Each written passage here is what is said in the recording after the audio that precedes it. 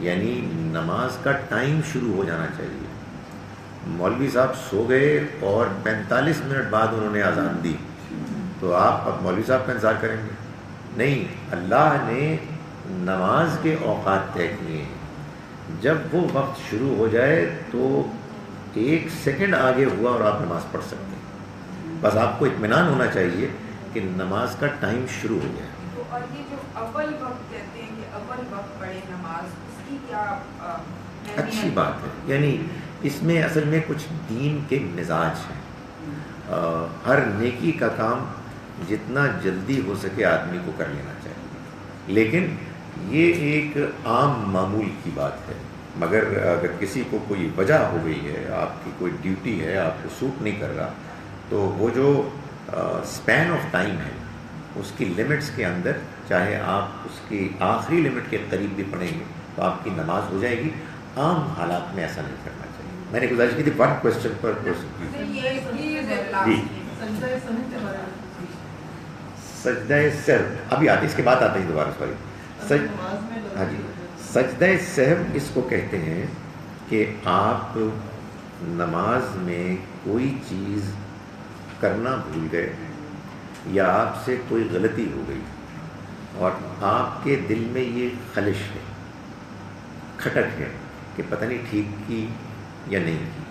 خاص طور پر یہ رکعتوں کے بارے میں ہوتا ہے. یہ تیسری تھی کہ چوتھی تھی؟ یہ ویسے بائی دا وے اس میں بھی ہوتا ہے، طواف میں بھی. تو اس میں آپ کو یہ طے کرنا ہے کہ یہ تیسری تھی کہ چوتھی تھی. یہ کنفیوژن تو ہوتا ہے. اس کنفیوژن میں ایک فیصلہ کر لیں کہ تیسرا زیادہ بہتر ہے کہ چوتھا زیادہ. یعنی کہنے کا مطلب یہ کہ غالب امکان کس کا ہے.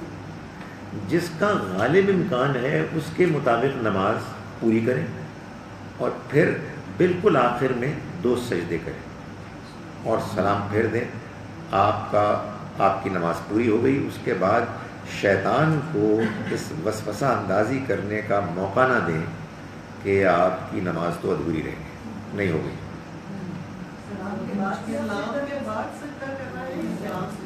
سب سے آخر میں جب آپ نے تمام دعائیں پڑھ لی تو سب سے آخر میں 2 سجدے کیے اور پھر سلام.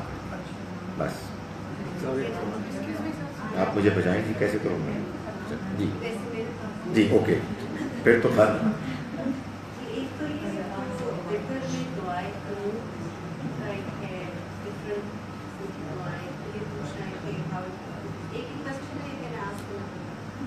ایک ہی کا ہے جی، اچھا ہے.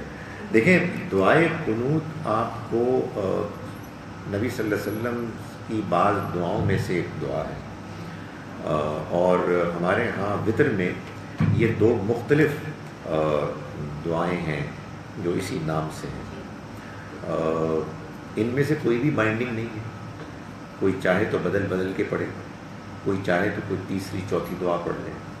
یہ موقع ہے بندے کو اپنے رب کے سامنے اپنی دعا، اپنی ضرورت، اپنے تعلق کے اظہار کا. اس میں جو امپورٹنٹ چیز ہے وہ اس کی اسپرٹ ہے. لیکن میں اسی موقع سے فائدہ اٹھاتے ہوئے ایک اور بات کہ جو آج کل کا کرنٹ افیئرز ہے، آج کل کا کرنٹ افیئر ہے رمضان اور تراویح. اس میں اب یہ ہو رہا ہے، آج ہو جائے گا، بلکہ کل بھی ہوا ہوگا، میں تو بس کبھی میں جلدی غائب ہو جاتا ہوں، کہ آپ سجدہ کرتے ہیں، سجدہ تلاوت سورہ اعراف میں پہلا ہوتا ہے. یہ کیا ہے؟ یہ نبی اکرم صلی اللہ علیہ وسلم کی نمازوں میں آپ کا نماز میں جو کچھ پڑھتے تھے اس میں انوالومنٹ ہے، اس میں رسپونڈ کرنا ہے، ایک زندہ تعلق ہے. ہم تو پڑھتے ہیں تو پتہ ہی نہیں لگتا.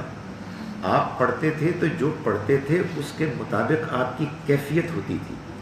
تو چنانچہ کوئی 14-15 ایسے قرآن کے مقامات ہیں کہ جن کے بارے میں عام طور پر بتایا جاتا ہے کہ آپ نے مختلف موقعوں پر جب یہ آیات پڑھی تو پھر نماز جو پڑھ رہے تھے اس کو چھوڑ دیا وقتی طور پر اور اسپونٹینیسلی سجدے میں گر پڑے. یہ آپ کا جذبات کا اظہار تھا، اور پھر کھڑے ہوئے اور پھر نماز جاری رکھی۔ کہنے کا مقصد یہ ہے کہ نماز میں اصل مطلوب چیز اللہ کو یاد کرنا، اللہ کے ساتھ تعلق، اور جو آپ کے اوپر کیفیت طاری ہوتی ہے اس کا اظہار۔ میں نے یہ بتایا نا کہ ایک بدو نے کہا کہ حمدن کثیرن طیبن مبارکن فی، حضور نے فرمایا کیا زبردست بات کی، یعنی اس نے نماز کے اندر اپنے رب کے سامنے اپنے جذبات کا اظہار کیا۔ ہمارے یہاں یہ مشکل پیش آ گئی کہ ایک نماز لکھ دی گئی ہے جس میں جو لکھا گیا ہے اس کو پڑھنا لازم ہے۔ میں نے بہت ساری آپ کو نئی باتیں بتائی ہیں، لو ایک اور سن لو۔ یہ جو آپ نماز میں پڑھتے ہیں رب اجعلنی مقیم الصلاۃ، یہ نبی صلی اللہ علیہ وسلم کی دعائیں جو بیان ہوئی ہیں تشہد میں، ان میں سے کوئی دعا نہیں۔ یہ غلط نہیں ہے، لیکن ڈونٹ گیٹ می رانگ، لیکن میں آپ کو بتا رہا ہوں یہ سجیسٹڈ دعائیں ہیں۔ ہم لوگ کیا کرتے ہیں کہ جو کتاب میں چیز لکھی ہے نا، کہتے ہیں یہ کتاب میں نے لکھی پڑھی ہے تو یہ ضروری ہے۔ نہیں نہیں، نماز اللہ کا ذکر ہے، آپ نے اس کو یاد کرنا ہے اور اپنے بہترین جذبات کا اظہار کرنا ہے، آپ کو ان ادر ورڈز نماز کو انجوائے کرنا ہے۔ نیکسٹ جی، ادھر سوری، اچھا ادھر سے پھر ادھر آئیے جی، یہ ادھر آ رہے ہیں صحیح جی۔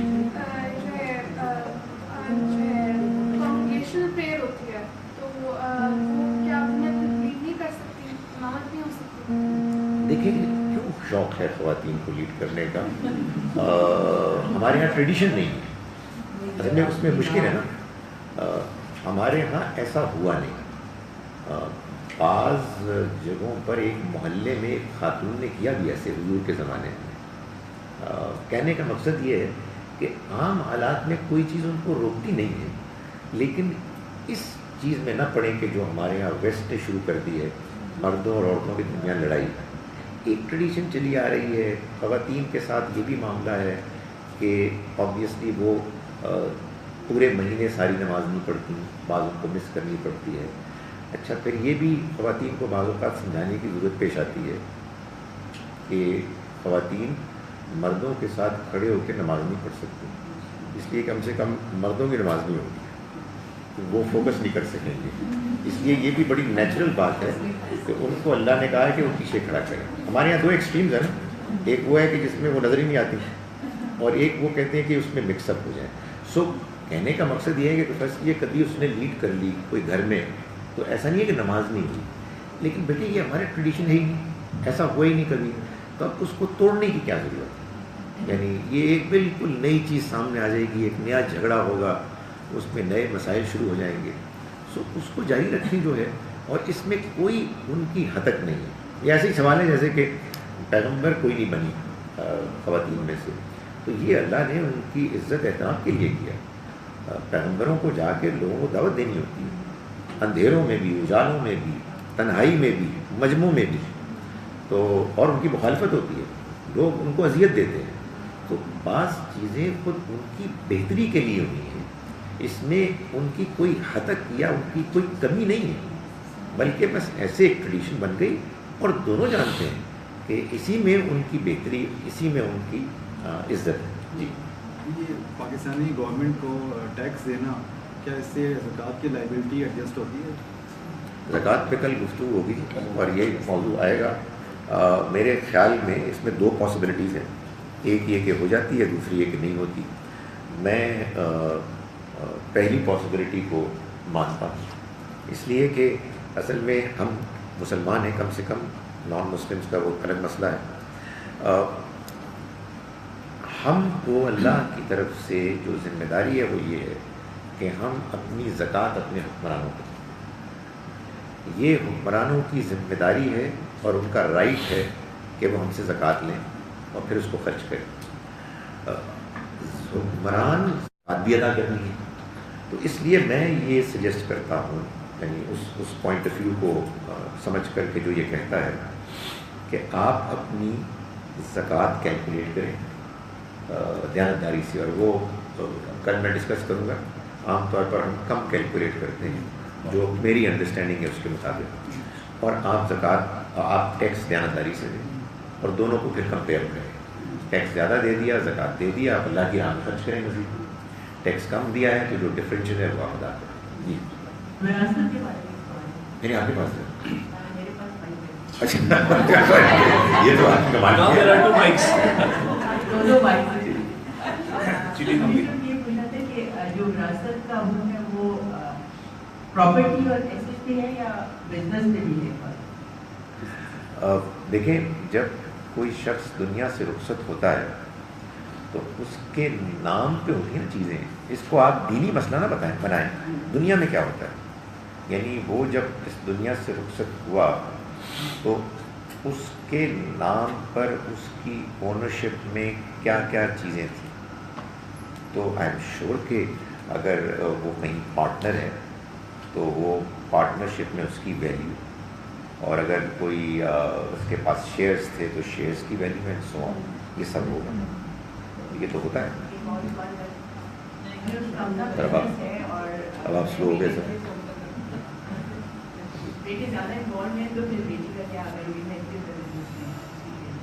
نہیں تو وہ تو پھر اس کی ویلیو کو اسرٹن کیا جائے گا نا کہ اس بزنس میں جو شیئر بنتا تھا اس کی کیا ویلیو ہے. دو حصے ہیں نا, ایک ویلیو ہے اور ایک اس پریکٹیکل انوالومنٹ ہے. تو وہ تو بزنس طے کرے گی کہ بھائی یہ جو 4 بیٹے ہیں اب والد مرحوم کی جگہ پر یہ چاروں پارٹنرز بن جائیں گے الگ الگ اپنے اپنے رسپیکٹیو شیئرز کے ساتھ. وہ شیئرز اگر بیٹی 1 ہے بیٹے 4 ہیں تو 9 شیئرز بنیں گے. 2 بیٹے کو مل جائیں گے اور ایک بیٹی کو پھر پے کر دیا جائے گا, یا بیٹی ایگری کرے گی کہ میں اب اس بزنس میں ڈورمنٹ پارٹنر ہوں. کوئی ایک چیز ہوگی. سر جس طرح سب عبادات کے پیچھے کوئی نہ کوئی سیکریفائس کا ایک عنصر ہوتا ہے, تو نماز کے پیچھے آپ کی اپنی بدنی سیکریفائس ہے, اور یہ سیکریفائس جو ہے عبادت اللہ کے لیے ہے, اسی لیے شاید لازم نہیں ہے اس کے اندر درود پاک کا ذکر. اب نماز میں سیکریفائس ہے, نماز میں ہر عبادت میں کوئی نہ کوئی سیکریفائس ہوتی ہے, تو نماز میں بھی سیکریفائس ہے, اور اس میں ہم کو درود پڑھنا یہ لازم نہیں کیا گیا. دیکھیں ایک بات تو یہ ہے کہ جو بھی دین کا کام ہم کو بتایا گیا ہے, یا آپ کہیے جو بھی نیکی کا کام بتایا گیا ہے, اس میں سیکریفائس بذات خود پر سے کوئی لازمی عنصر نہیں ہے, لیکن بہت ایسا ہوتا ہے کہ سیکریفائس کرنی پڑتی ہے. مجھے بالکل ممکن ہے کہ روزہ میری صحت کے پوائنٹ آف ویو سے بالکل سوٹ کر رہا ہو, جو ٹائمنگ ہے خاص طور پہ سردیوں کی, اگر آپ تو اس میں ہو سکتا ہے کہ ہارڈلی کوئی سیکریفائس ہو, لیکن اس کے باوجود اللہ کی رضا کا حصول ہے کہ جو مجھے حاصل ہو رہا ہے. نماز یہ ممکن ہے کہ میں انجوائے کرنا شروع کر دوں, کوئی سیکریفائس نہ ہو, بلکہ میں نماز کو لک فارورڈ کروں کہ اس کا ٹائم کیوں نہیں آ رہا. تو اصل چیز اس عبادت یا عمل کے پیچھے اسپرٹ ہے. بعض اوقات یقیناً سیکریفائس کرنی پڑتی ہے, خاص طور سیکریفائس ٹائم تو ہوتا ہے. جیسے اگر آپ بزنس ہیں, یہ سروس پرووائڈر ہیں, تو آپ پر آپ کسی مصروف آدمی کو ایزیوم کر رہے ہیں. ہمارے آدمی ٹائم ہی پاس نہیں ہو رہا, میچ بھی ختم ہو گیا. تو میں اگر نماز پڑھوں گا تو یہ ضروری نہیں ہے کہ میں کوئی سیکریفائس کروں. اس کا مقصد ہے یاد اللہ کو کرنا. اس مقصد کے راستے میں جو چیز رکاوٹ بنے گی میں اس کو سیکریفائس کروں. ایک چیز تو یہ. دوسری چیز یہ کہ نماز میں جو ہے نا قعدے میں جب ہم بیٹھتے ہیں تو ہم کو نبی صلی اللہ علیہ وسلم نے فرمایا کہ تم مانگو اپنے رب سے جو مانگنا ہے, یہ مانگنے کا موقع ہے. اس میں کچھ لوگوں نے تمہید باندھی اور اللہ کو سلامتی کی باتیں دعائیں کہنا شروع کر دیا. تو حضور نے فرمایا کہ اللہ تو خود سلامتی ہے, اس کو سلامتی کی مزید دعا کا کیا مطلب ہے. پھر آپ نے پھر یہ الفاظ سکھائے کہ جو اب ہم پڑھتے ہیں تحیات للہ, یہ بھی اس موقع پہ پھر آپ نے سکھائے, جو ظاہر ہے کہ مشہور ہو گئے اس کے بعد ظاہر ہے کہ دعا کا وقت آیا. دعا کے لیے صحابہ کرام نے آپ سے پوچھا کہ آپ یہ بتائیں کہ ہم سب سے پہلے تو آپ کے لیے دعا کرنا چاہتے ہیں، تو ہم آپ کے لیے کیا دعا کریں؟ تو وہ کہتے ہیں، روایت میں یہ بیان ہوتا ہے کہ نبی صلی اللہ علیہ وسلم بالکل خاموش ہو گئے اور اتنی دیر تک خاموش رہے کہ راوی کہتے ہیں کہ میں نے سوچا کہ کاش میں سوال نہ کرتا، اور آپ خاموش ہیں بالکل. پھر آپ نے یہ درود سکھایا. ذرا زیادہ امکان یہ ہے کہ اللہ کی طرف سے یہ بات بیان ہوئی ہوگی. تو یہ بھی ایک سجیسٹڈ چیز ہے، مطلوب چیز ہے، کوئی ضروری نہیں ہے. ہمیں کہا گیا ہم دعا کریں، تو ظاہر ہے کہ ایک بڑی نیچرل چیز ہے کہ جب ہم اپنے لیے، اپنی اولاد کے لیے، اپنے والدین کے لیے کریں گے تو ہم نبی اکرم صلی اللہ علیہ وسلم کے لیے کریں گے. تو آپ کے لیے جو دعا ہے وہ خود آپ نے یہ سجیسٹ کر دی کہ یہ دعا اگر تم کرو تو اچھا ہے بس. لیکن کوئی نہیں کرتا تو اس کی نماز ہو جاتی ہے، نماز کا ضروری حصہ ہے. قسم نماز کے بارے میں ہم کہہ رہے تھے، اگر ہم نہیں قسم کرنا چاہتے، اگر ہم کمفرٹیبل ہیں تو پڑھ سکتے ہیں. جی میں یہ گزارش کر رہا ہوں، قرآن یہی کہہ رہے ہیں آپ آرام سے ہیں، آپ کے پاس پورا ٹائم ہے. اصل میں وہ بات یہ ہے کہ وہ ایک جو چیزیں سنی ہوئی ہوتی ہیں ان کا ایک روب ہوتا ہے، اور میں نے دیکھا یہ دلیل لوگوں کو متاثر کرتی ہے. میں تو پھر خاموش رہتا ہوں جب لوگ گردن لانے لگتے ہیں کہ واقعی سبحان اللہ کہ جب اللہ نے تحفہ دیا تو کیوں نہ ویل کرنا. میں کہتا ہوں وہ آیت کہاں گئی، کہہ رہی ہے کہ کوئی حرج نہیں ہے تم اگر قصر کر لو. اور سوال یہ پیدا ہوتا ہے کہ میں اللہ کو یاد کرنا چاہتا ہوں لیکن اب میں بستر پہ لیٹا ہوں کہ کر نہیں سکتا اس لیے کہ قصر پڑھنی ہے میں. تو یہ کون سا تحفہ ہوا ہے؟ تو یہ ڈپینڈ کرتا ہے سرکمسٹانسز پہ. بعض اوقات ضرورت ہوتی ہے، بعض اوقات نہیں. جی سر آپ کہہ رہے تھے کہ ہم نماز کے دوران دعائیں جو ہیں وہ کر سکتے ہیں، تو کیا یہ دعائیں عربی میں کرنی ضروری ہیں یا ہم اپنی پرسنل دعائیں اپنی نیٹو لینگویج میں کر سکتے ہیں؟ اس کے بارے میں دعائیں ہم کیا اپنی زبان میں کر سکتے ہیں نماز میں؟ میں یہی گزارش کرنے کی کوشش کر رہا ہوں. ظاہر ہے کہ میں پھر یہ کہتا ہوں کہ میری پہلی مرتبہ کی بات اس لیے رجسٹر نہیں ہوئی کہ وہ پرانی بات اتنی زیادہ مستحکم ہے کہ نماز تے جناب عربی وچ ہے، عربی دے بغیر کوئی نماز نہیں. سلام پھرو تے پھر تسی پنجابی اردو میں دعا کرو. تو میں یہ کہہ رہا ہوں کدھر سے، یعنی یہ اللہ نے کہا ہے. یہ دیکھیں میں ایک آپ میری بات بالکل نہ مانیں، اگر آپ کو مجھ پہ غصہ آ رہا ہے تو ضرور آپ غصہ کریں، لیکن میری ایک گزارش سن لیں.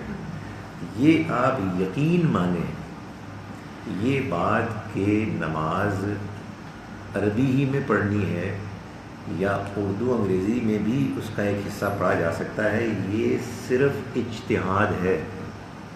ان کی بات مانیں تب بھی اجتہاد ہے، ان کی بات مانیں تب بھی اجتہاد ہے. نہ قرآن کا کوئی حکم ہے، نہ نبی صلی اللہ علیہ وسلم کا کوئی ارشاد ہے.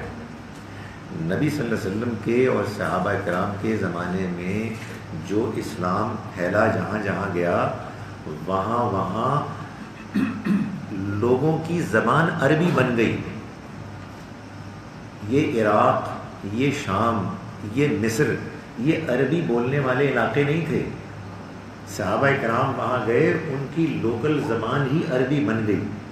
چنانچہ وہ عربی میں نماز پڑھتے تھے، ان کو عربی آتی تھی. یہ آپ کا زبردست علاقہ الحمدللہ ہندوستان بھارت ہے یا انڈونیشیا ملیشیا ہے، جہاں جب اسلام گیا ایران میں بھی تو عربی نہیں انٹروڈیوس ہوئی. یہاں یہ سوال پیدا ہوا کہ اب نماز کو کیا کریں، جمعے کے خطبے کو کیا کریں. یہ بھی سن لیں. تو ہمارے یہاں لوگوں نے کہا نہیں عربی الحمدللہ، اس لیے کہ اللہ میاں کو پسند ہے کہ ہم عربی میں پڑھیں اگرچہ کہ آپ کو کچھ سمجھ نہیں آیا. تو عربی زبان ہر اسکول میں Arabic should be a compulsory language. یہ ٹھیک ہے آپ کی بات، لیکن میں جو گزارش کر رہا ہوں وہ یہ ہوئی کہ جمعے کے خطبے میں کیا ہوگا. چلے تھوڑی دیر کے لیے آپ مان لیں کہ ادھر تو آپ اللہ میاں کے سامنے ہوتے ہیں، خطبے میں تو آپ بندوں کے سامنے ہوتے ہیں.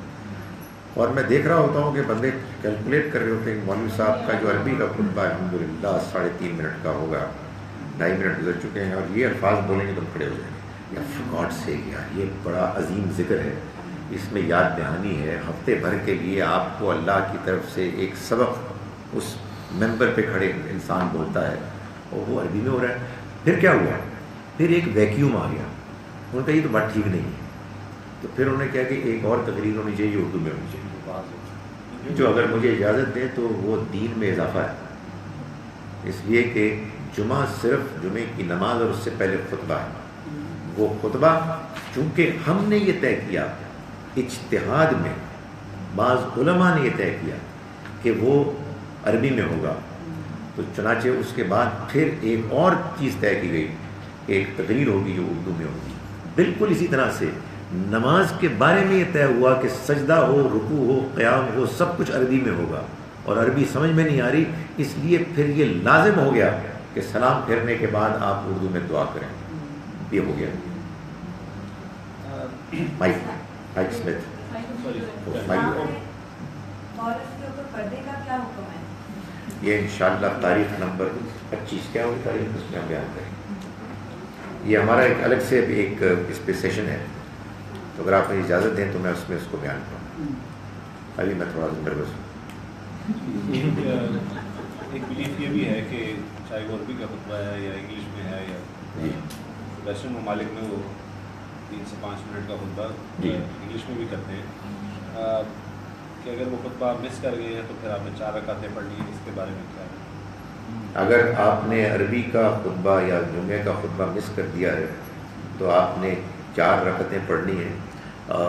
میں سمجھتا ہوں کہ یہ پوائنٹ آف ویو ہو سکتا ہے. میں اس کو پوری طرح سے انڈورس تو نہیں کرتا. وجہ اس کی یہ ہے کہ جب آپ نے امام کے پیچھے نماز پڑھ لی تو آپ نے نماز پڑھ لی، لیکن یہ نقطۂ نظر اپنے اندر ایک وزن رکھتا ہے کہ اور اس میں اصل میں ایک اوپینین اور بھی ہے.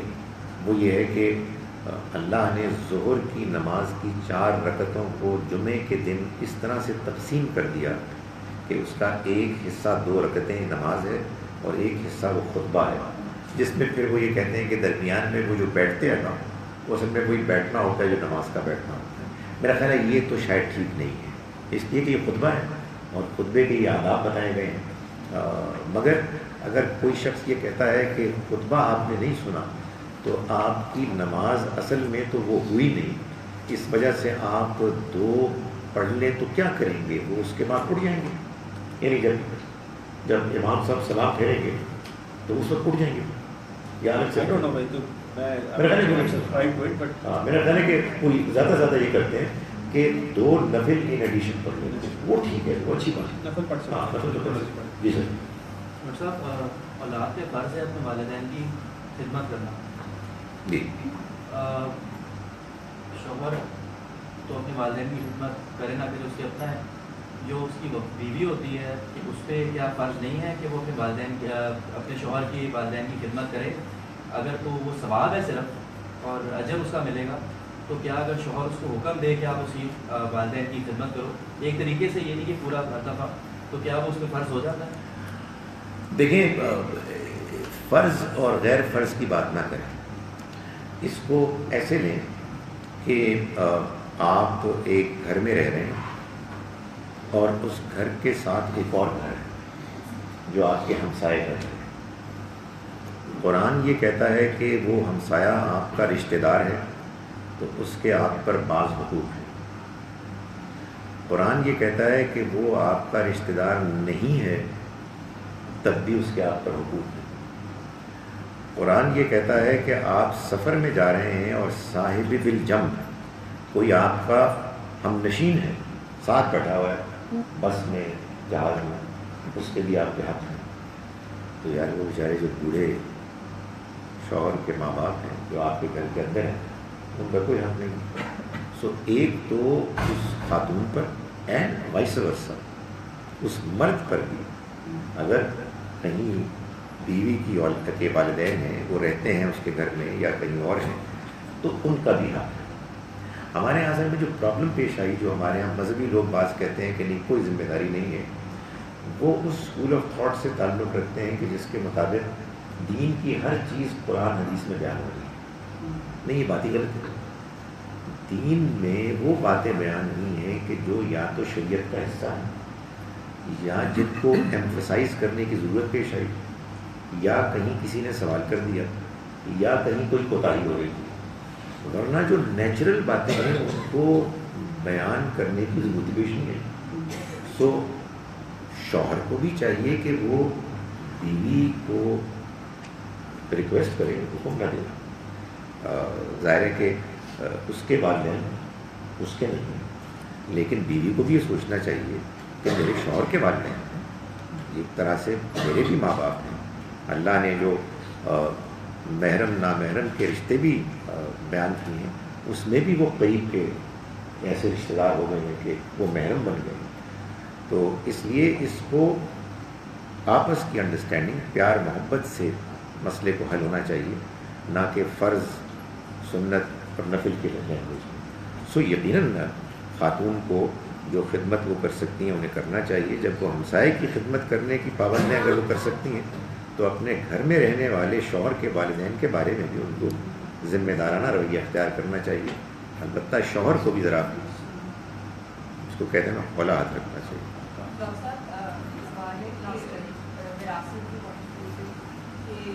میں نے یہ سنا ہے صحیح کی غلط کہ 2/3 کے ساتھ وہ ہونا چاہیے جو اللہ کا لاء ہے، اور 1/3 کے ساتھ آپ وہ کر سکتے ہیں چاہے اپنی زندگی میں یا ول کے ذریعے کہ میں اپنی مرضی سے اس کو تقسیم کر سکتا ہوں. لیکن یہ اپنی مرضی ان 2/3 پہ نہیں لگی جن کو اللہ کا ول اللہ نے مطلب ایک بیٹا بیٹی کو اگر 2/3 کا شریعت میں لکھا رہ کے دینا ہے جیسے اس میں ہو سکتا ہے، لیکن اس 1/3 کو پھر آپ ان لوگوں میں دوبارہ نہیں مانگتے.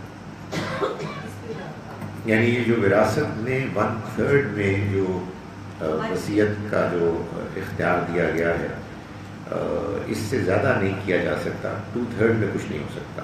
دیکھیں میں نے اس کا کل بھی ایک اشارہ کیا تھا حدیث کے بیان میں کہ قرآن نے جو بات بیان کی ہے وہ یہ ہے کہ مرنے والے نے جو وصیت کی ہے اور جو قرض چھوڑا ہے پہلے وہ ادا کیے جائیں گے اور پھر باقی وراثت قانون کے مطابق تقسیم ہوگی. اس میں ایک اور بات بیان ہوئی غیر مضار، یعنی وہ وصیت ایسی ہو کہ جس میں کوئی ضرر نہ ہو، کسی کو کوئی تکلیف نہ ہو.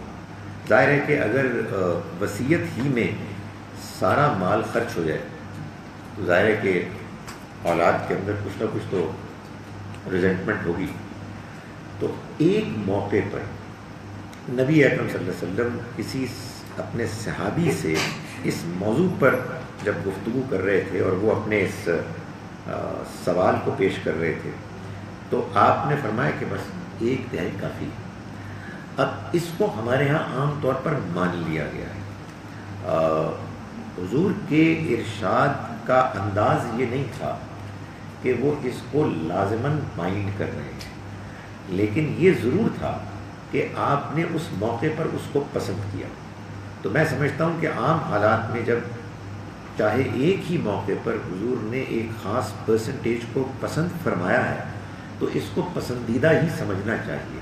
تاہم کسی اسپیشل سچویشن میں اس کے علاوہ کوئی چیز بہتر لگتی ہے تو اس کو کرنا حضور کے ارشاد کی خلاف ورزی نہیں ہوگی، اس لیے کہ آپ کا ارشاد ہمارے پاس اس انداز میں نہیں آیا کہ یہ ہے اینڈ نتھنگ مور، بلکہ ایک پسندیدگی کا اظہار ہے.